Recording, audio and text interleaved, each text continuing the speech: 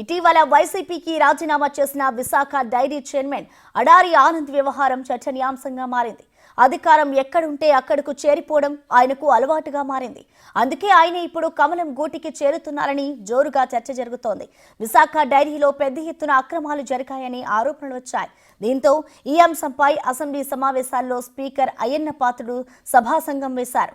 MLA Jyothula Nehru నేతృత్వంలోని ఆ సభాసంఘం విశాఖ డైరీకి వెళ్లి విచారణ జరిపింది.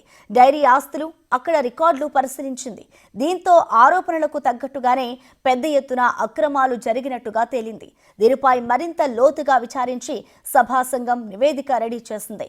మరికొన్ని రోజుల్లో అసెంబ్లీ స్పీకర్కు ఆ రిపోర్ట్ను సమర్పించనుంది.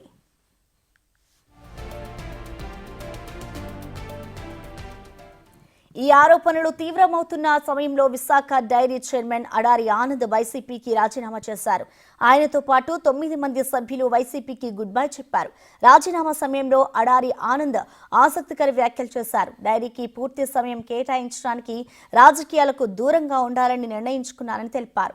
అయితే ఈ ప్రకటన చేసి పట్టుమని 10 రోజులు కూడా కాకముందే ఆయన బీజేపీలో చేరడానికి రెడీ కావడం పెద్ద ఎత్తున చర్చకు దారితీస్తోంది.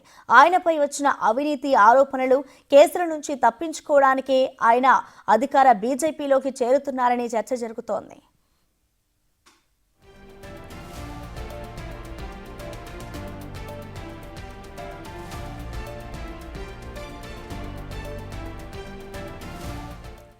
అయితే పార్టీ మారడం అడారికి కొత్తేం కాదు.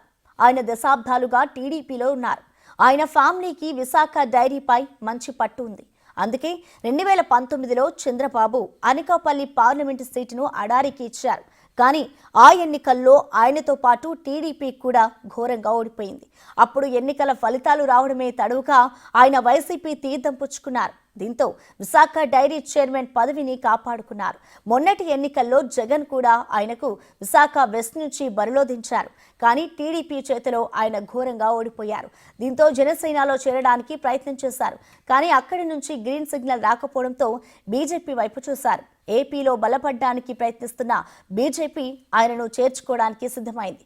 మొత్తానికి ఆయన తన పదవిని కాపాడుకోవడానికి, అవినీతి కేసుల నుంచి తప్పించుకోవడానికి బీజేపీ గూటికి చేరుతున్నారనే ప్రచారం నడుస్తోంది.